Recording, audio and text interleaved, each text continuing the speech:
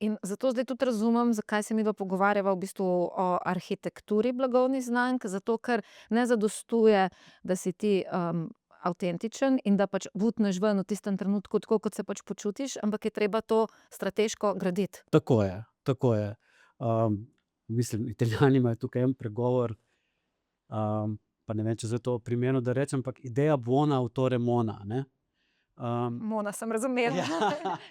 Kaj pa ostalo? Ja, dobra ideja, ampak neumen avtor, ne. Idej imamo vsi ogromno in, ampak ideja je kot v bistvu,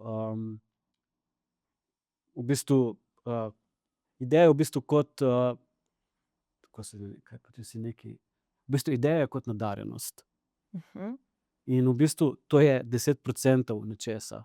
Vse ostalo pa temelji na res, jasni drži, jasni strategiji in trdem delu. In Konsistentnosti morda tudi? absolutno, konsistentnost, in če se že govoriva o blagovnih znamkah, je prav konsistentnost tista, ki bo blagovno znamko popeljala v neko na dolgoročno delovanje, ne. Ker Kaj je konsistentnost v časovnem merilu? Je to par mesecev, je to leto, je to več let, je to celo desetletje lahko?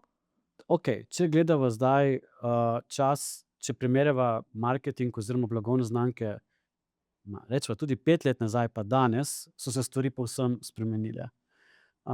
Dandanes v bistvu, kot sem že prej omenil, je iz dneva v dan več blagovnih znamk, ker tudi način, kako se, ciljna skupina opredeli z blagovnimi znamkami, je povsem drugačen, kot je bil to, kot je to bilo 10 let nazaj, ko smo imeli tiskane medije, ko smo hodili v trgovine in tako dalje. Zdaj so vplivneži tisti, ki dejansko definirajo tržišče. In, v bistvu, jaz sem spet izgubil rdečo nit, vprašala si me v bistvu. Konsistentnost v smislu časovne komponente. Ja. Koliko časa? Saj, v bistvu si mi odgovoril, zelo težko Ja. povemo, koliko to je, glede na to, kako hitro se stvari spreminjajo. Tako, v bistvu, jaz bom tako rekel, tako je, to je kot z nekim pevcem ali pa pevko, ne. Imaš nekoga, ki bo Madonna, ki je kraljica še danes, imaš pa pevke, ki so pač stvar ene ali pa 2 sezon. Zdaj, kaj tukaj gradi nekoga, ki zdrži 50 let na v bistvu, na sceni, ali pa nekoga, ki zdrži 2 ali 3 leta, je ogromno. Eno je delavnost, drugo so pa tudi, da se dejansko ti zvezde poklopijo na koncu dneva, no. Torej tudi pri blagovnih znamkah in pri vsej strategiji in pri vsej arhitekturi blagovnih znamk se, na koncu dneva mora tudi, kakšna zvezda poklopiti. Po domače povedano, srečo moraš tudi imeti. Absolutno, jaz zato res pravim, da, sprva mora biti ideja dejansko zasnovana na podlagi tega, da si ti res nekaj želiš narediti. Da ni narejena samo zaradi tega, da bi ti rad postal milijonar iz danes na jutri. In to se tudi jasno vidi tudi pri blagovnih znamkah danes. Recimo, če midva pogledava slovensko tržišče, pa če se dotakneva recimo, vplivnice, ki izdeluje, zdaj ne vem, če je pravilno ali ne, da povem blagovno znamko, recimo Petre Paravelj, ki ima blagovno znamko Svaj. Ona je bila prva, ki se je tega lotila na neki profesionalen način in dandanes velja za eno najuspešnejših, recimo temu vplivnic, ki ji pravijo kraljica pajkic, ne. Po njej je to poskusilo to pot ubrati še na stotine punc v Sloveniji in težko bi jaz rekel, da je kateri izmed njih še uspelo. Ker če vi slišite Svaj, boste rekli: "To sem pa že nekje slišala."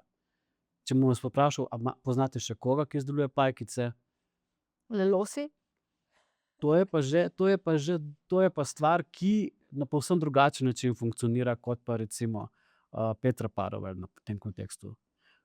Deleuze je pa blagovna znamka, ki je nastala v bistvu, recimo temu, digitalno. Je tukaj ena teorija odzadaj.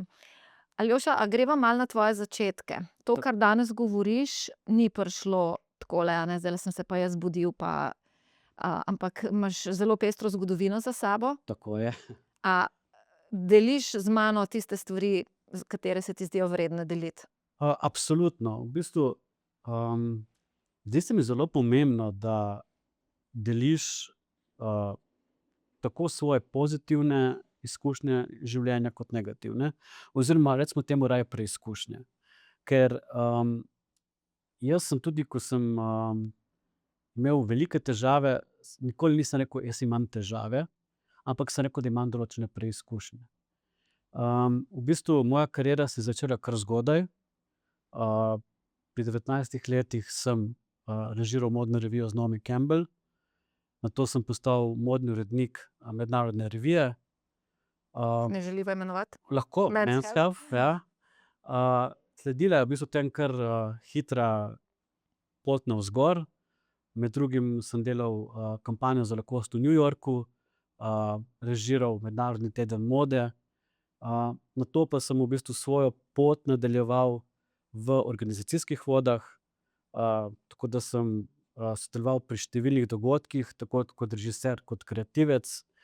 In korak za korakom sem prešel iz recimo temu novinarskega sveta v agencijske vode, kjer sem v bistvu deloval kot kreativec, svetovalec, in na koncu dneva, nekdo, ki združuje empirično s čustvenim delom.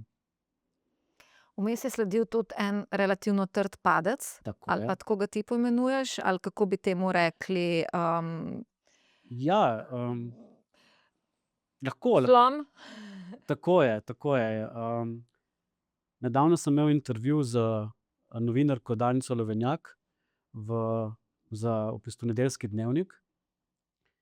In, sem se odločil, da dejansko bom prvi spregovoril o tem, da sem se soočil tudi jaz s padcem, ki me je v bistvu naredil boljšo osebo.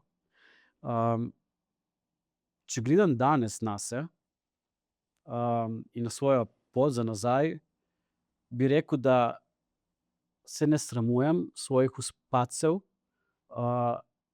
da bi pa tudi marsikaj drugače naredil. Jaz sem svojo kariero začel zelo zgodaj.